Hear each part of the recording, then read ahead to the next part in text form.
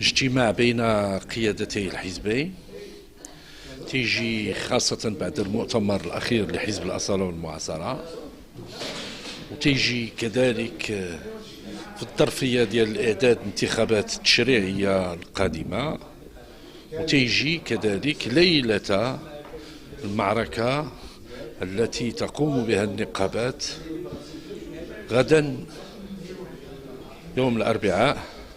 الإضراب الوطني الذي دعت له مختلف المركزيات النقابية. فكان ضروري التداول في الأمر، ولعل الوضع الاجتماعي والاقتصادي هو اللي استأثر بمداولات القيادتين. كذلك كان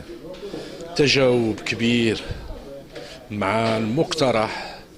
أو المذكرة التي تقدم بها الاتحاد الاشتراكي حول إصلاح المنظومة الانتخابية، وتم التداول في تفاصيلها. بالنسبة أخيرا تقدم الاتحاد الاشتراكي لقيادة حزب الأصالة بالتهاني على نجاح المؤتمر، والإخوة في القيادة ديال حزب الأصالة قدموا كذلك توضيحات حول نتائج أشغال هذا المؤتمر، خاصة ما يتعلق منها بالبرنامج السياسي والوثيقة المذهبية والتنظيمية التي خرج بها المؤتمر. اللقاء ديال اليوم ديال أعضاء مكتب السياسي الأصالة والمعاصرة مع السيد الكاتب الأول الاتحاد الاشتراكي وعضوة أعضاء مكتب السياسي الاتحاد الاشتراكي جاء أولا كاستمرارية لجملة من اللقاءات التي كانت في السابق، وثانيا جاء في إطار وضع الإخوان ديالنا والأخوات ديالنا في الاتحاد الاشتراكي في خلاصات مؤتمرنا